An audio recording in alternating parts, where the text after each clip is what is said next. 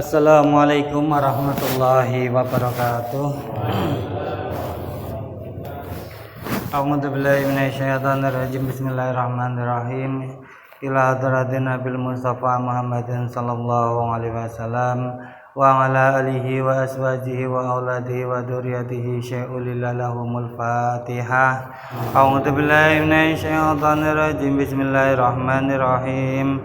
Alhamdulillahi rabbil alamin arrahmanir rahim maliki yaumiddin.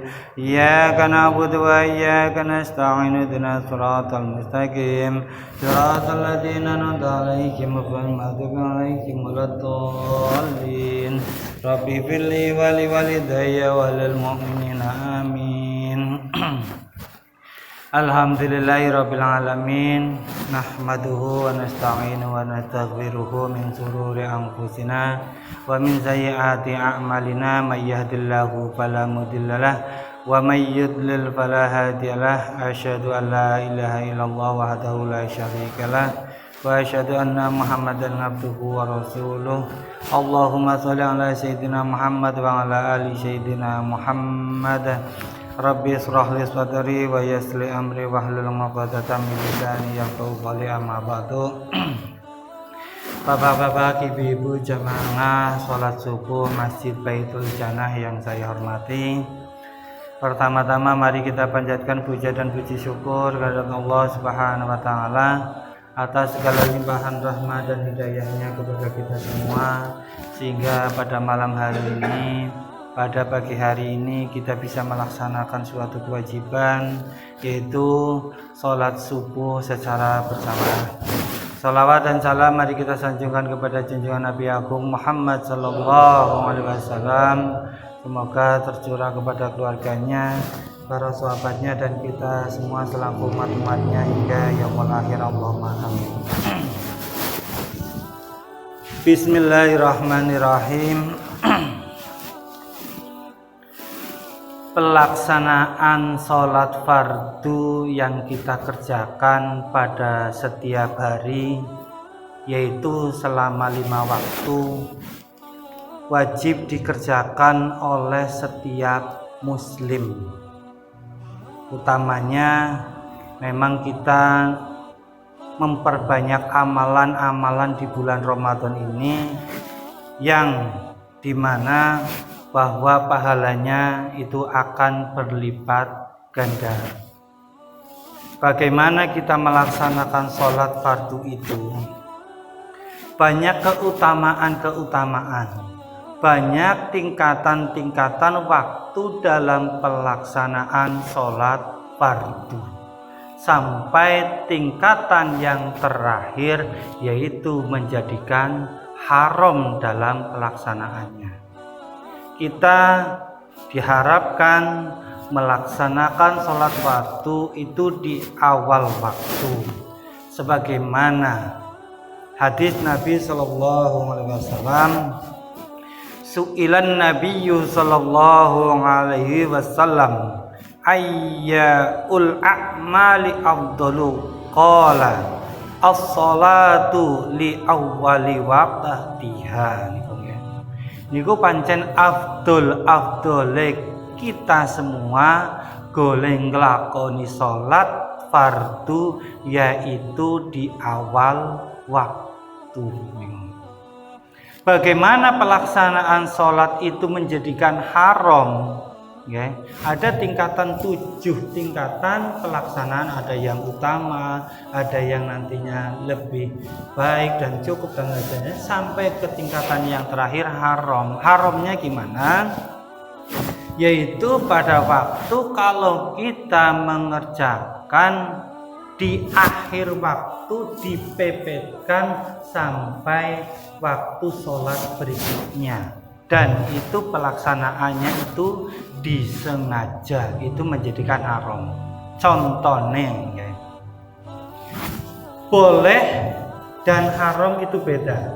Boleh itu karena tidak disengaja, tapi haram karena disengaja, itu menjadikan haram. Sebabnya haram kenapa? Sudah tahu wayahnya duhur, ini sebagai contoh. Sudah tahu wayahnya duhur, kok kita berhura-hura pedaeh oleh nglakoni salat nang akhir waktu, kok dhewek iki mepetna. Dilalah waktune kurang 2 menit golek ngasar. Kurang 2 menit iki nyong arep nglakoni salat duhur. Nembeke takbiratul ihram adzan asar. Itu kalau disengaja itu menjadikan haram. Padahal kesunahan Nabi, anjuran Nabi bahwa amalan apakah yang paling utama? Beliau menjawab sholat pada awal waktu. Hadis riwayat Tirmidzi. Itu amalan apa? Waktu yang utama dalam kita melaksanakan sholat fardu. Namun di sisi lain ternyata ada kebolehan bagaimana kita itu boleh menunda sholat. Ternyata ada hal atau kebolehan bagaimana kita boleh menunda sholat. Yang penting ada hal-hal yang memang tidak disengajakan. Contohnya didasari pada hadis Nabi, abaridu bidduhri fa inna syiddatal haram min faihi jahannam. Rasulullah Shallallahu Alaihi Wasallam bersabda, tundalah sholat duhur hingga panas mereda, karena panas yang sangat menyengat berasal dari hembusan jahanam atau neraka jahanam itu. Nabi itu pernah pada waktu itu menunda sholat sebentar karena memang pada waktu itu kondisi cuaca itu sangat panas sekali Itu didasari hadis itu ternyata ada hal-hal boleh kita untuk menunda sholat Apa aja kebolehan diantaranya? Yang pertama, pelaksanaan sholat isya. Dalam pelaksanaan sholat isya itu kita boleh menunda karena memang waktunya itu cukup lama. Namun kebolehan menunda sholat itu harus didasari hal-hal yang memang dibenarkan. Contohnya, jika adanya majelis ilmu ataupun majelis dzikir mungkin kita sering terjadi pada waktu pembelajaran di diniyah. Kita kan waktunya dalam pembelajaran itu pukul 6:30 sampai 7:30. Itu memang waktu paten, kita tidak merubah. Jadi intinya kalau maghribnya agak awal, kita tetap mulainya 6:30 dan diakhiri tetap 7:30. Itu pada waktu pelaksanaan kita dalam pembelajaran itu sering tabrakan dengan waktunya sholat isya Tetapi dalam pembelajaran tetap kita pakai etika, tetap kita gunakan adab, yaitu pada waktu adzan dikumandangkan ataupun iqomah dikumandangkan, pembelajaran itu dihentikan. Terus di dunia itu memang untuk pelaksanaan sholat isyanya itu agak diundurkan setelah menyelesaikan pembelajaran di dunia itu boleh dengan alasan yang memang bukan yang mubah, intinya kayak gitu, boleh kita undurkan Yang kedua, kebolehan kita untuk menunda sholat, yaitu apabila makanan sudah terhidang. Dilalah kita makanan sudah terhidang, adzan sholat dikumandangkan. Ini ada dua pilihan. Oh, kita mau berangkat sholat dulu atau makan dulu. Yang penting jangan disengaja. Kalau itu disengaja tidak boleh. Okay. Kita nguja menyediakan makan dilalah mepet-mepet adzan. Itu tidak boleh kalau itu memang kegiatan itu disengaja. Tapi kalau tidak disengaja itu tetap harus mendahulukan makan dulu. Mungkin kita pada bulan-bulan ini juga terjadi karena kita juga perlu untuk berbuka, dan berbuka itu wajib, hukumnya wajib. Tidak boleh hanya berpikiran kita kuat untuk menjalani sampai nanti malam untuk tidak berbuka, kita tidak berbuka pada waktu maghrib nyong kuat ikih gitu kan, itu tetap tidak boleh. Karena berbuka itu wajib gitu. Antara berbuka dengan melaksanakan sholat di awal waktu itu dua masalah yang harus menjadi pilihan. Mana yang harus didahulukan? Tetap kita harus mendahulukan untuk berbuka dulu baru melaksanakan sholat. Yang penting berbukanya tetap dengan batasan yang normal. Tidak sampai ada berapa piring kita habiskan, bukan. Kita batasan berbuka sewajarnya baru kita melaksanakan sholat. Itu. Kebolehan yang ketiga yaitu bila kita dalam keadaan menahan air kecil atau BAB. Okay. Udah wayah adzan, kok kita dilalah kebelet, okay. Mau buang air kecil ataupun dalam keadaan kita mau BAB, itu tetap harus mendahulukan buang air kecil dulu dan ataupun BAB. Tidak boleh kita menahan BAB untuk melaksanakan sholat, itu kita tidak boleh. Tetap harus membuang hadas dulu. Diterangkan hadis Nabi, la sholata bi hadrati ta'ami wala huwa yudafinuhul akhbathan. Tiada sholat ketika makanan sudah dihidangkan atau sambil menahan dua hadas. Terus tetap yang pertama itu kalau makanan dihidangkan itu tetap makan dulu.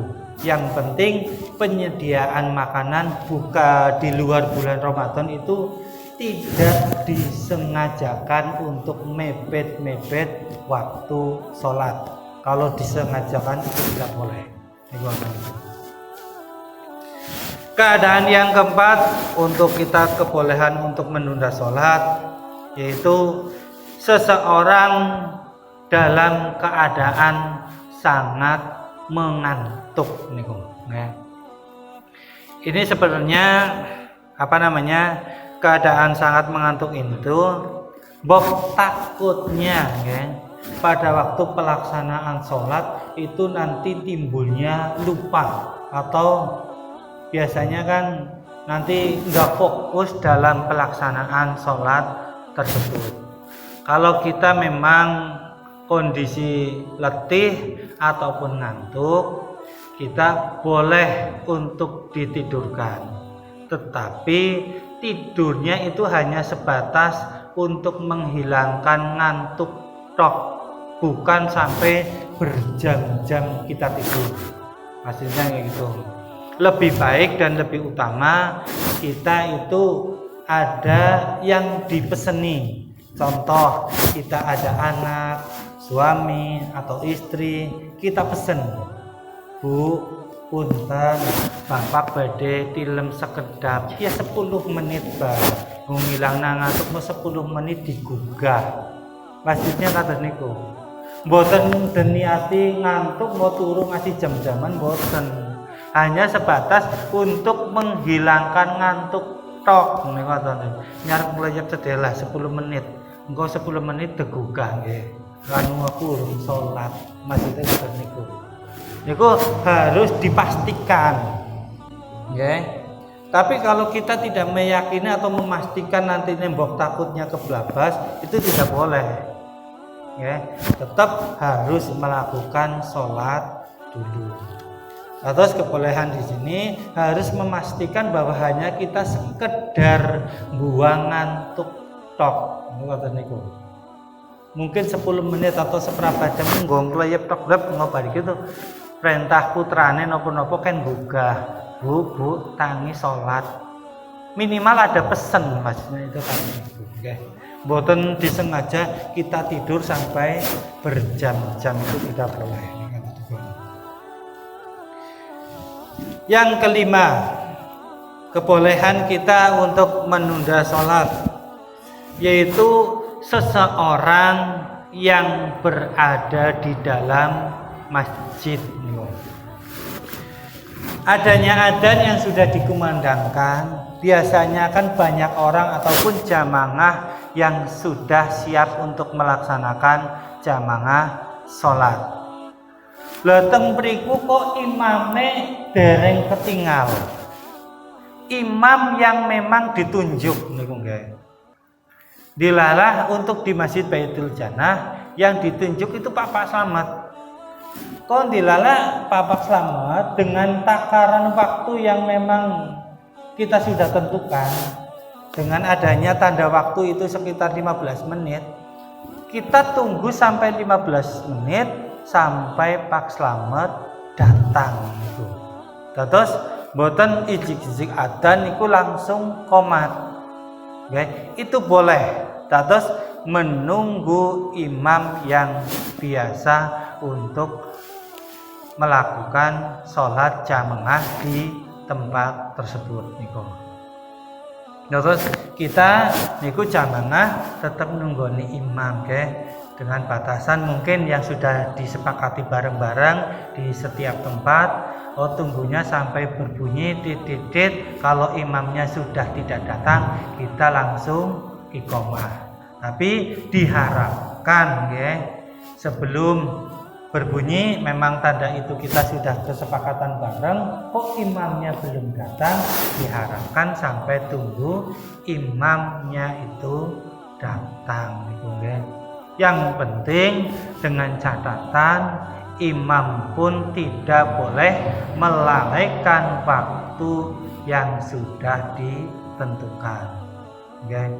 Kalau kita memang nunggu imamnya kok sampai setengah jam atau berjam-jam, ya tetap kita tinggal imamnya, tapi tetap ada batasan yang sudah kita sepakati. Tapi alhamdulillah untuk di tempat kita imamnya sangat disiplin dan kita tidak sampai menunggu lama untuk datangnya imam. Tapi di sisi lain kita sebagai jamaah boleh menunda sholat tersebut dengan nunggu datangnya imam. Kebolehan yang terakhir dalam kita untuk menunda sholat yaitu melewatkan batas waktu sholat yang telah ditentukan atau sering kita sebut yaitu jamak takhir ya. Dalam pelaksanaan jamak takhir atau melewati batas waktu yang sudah ditentukan, contohnya sholat duhur kita laksanakan di sholat asar. Namun untuk pelaksanaan jamak takhir itu harus memenuhi syarat-syarat yang sudah ditentukan. Banyak syarat-syarat bagaimana kita untuk melakukan sholat jamak takhir tersebut. Ada batasan minimal 86 kilo. Memang dalam perjalanan di luar daerah mengetahui syarat-syaratnya itu kata niku. Kalau kita dalam pelaksanaan masih di wilayah Karangklesem, kita putar dari Andang sampai Gunung Tukul kok dihitung 86 kilo, itu tetap tidak boleh. Kita tetap harus melewati untuk syarat jarak itu memenuhi, tapi untuk wilayah tidak memenuhi. Harus banyak syarat-syarat yang harus memang kita patuhi untuk melaksanakan sholat jamak takhir tersebut. Nggih. Itu aja, jadi kita ulang bahwa kebolehan kita untuk menunda sholat yaitu yang pertama sholat isya karena ada sebab, di salah satunya yaitu majelis ilmu ataupun majelis dzikir. Yang kedua, apabila ada makanan yang sudah terhidang dan terhidangnya itu tidak disengaja, kecuali untuk di bulan Ramadan. Yang ketiga, bila dalam keadaan menahan air kecil ataupun BAB. Yang keempat, dalam keadaan sangat mengantuk dan mengantuk itu ditidurkan hanya batasan sewajarnya untuk menghilangkan tidak sampai berlama-lama ataupun berjam-jam. Yang kelima, seseorang yang sudah berada di dalam masjid dan di situ sambil menunggu imam yang memang sudah ditunjuk. Dan yang terakhir, kebolehan yang terakhir yaitu dalam pelaksanaan sholat jamak takhir yang memang harus memenuhi syarat-syarat tertentu. Itu aja yang bisa saya sampaikan pada pagi hari ini. Semoga bermanfaat. Kurang lebihnya saya mohon maaf yang sebesar-besarnya. Wabillahi taufiq wal hidayah. Wassalamualaikum warahmatullahi wabarakatuh.